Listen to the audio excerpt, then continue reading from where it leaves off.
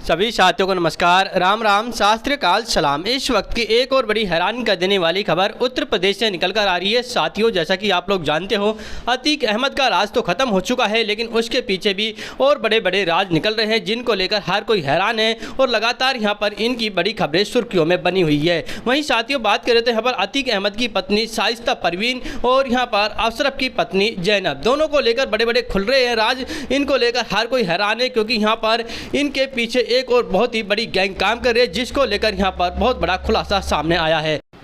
आगे आपको बताना चाहेंगे, जैसा कि माफिया अतीक अहमद और अशरफ दोनों एक दूसरे को जान से ज़्यादा चाहते थे। इतना ही नहीं दावा किया जाता, अशरफ को जरायाम की दुनिया का बादशाह बनाने के लिए अतीक ने उसके रास्ते से कई ऐसे कांटे भी हटाए थे। और इसी के साथ में आगे बताए तो यहाँ पर हालांकि अब दोनों के मर जाने के बाद में अतीक कुनबे का पारिवारिक कलह भी सामने आ रहा है। वहीं यहाँ पर उमेश पाल अपहरण कांड में दोषी पाए गए अतीक के वकील शोलब हनीफ ने इस बात को कई खुलासे की है। हनीफ ने दावा किया कि अतीक और अशरफ की संपत्तियों पर कब्जा जमाने के मकसद में यहाँ पर चलते अब तक पत्नी यहाँ पर अतीक की शाइस्ता परवीन और अशरफ की पत्नी जैनब ने सरेंडर नहीं किया है। और वहीं यहाँ पर इस अतीक अहमद की पत्नी और यहाँ पर अशरफ की पत्नी दोनों के पीछे एक बहुत बड़ी गैंग काम कर रही है। वो अभी तक यहाँ पर बहुत बड़े बड़े यहाँ कारनामे सिद्ध कर रही है। इसी के साथ में आगे बात करते हैं यहाँ पर वहीं अतीक के वकील ने दावा किया कि उमेश पास शूट आउट केस के बाद भी शाइस्ता और जैनब दोनों ही वसूली के पैसों को लेकर उस पर दबाव बनाती थी। शोलत ने पुलिस को बताया कि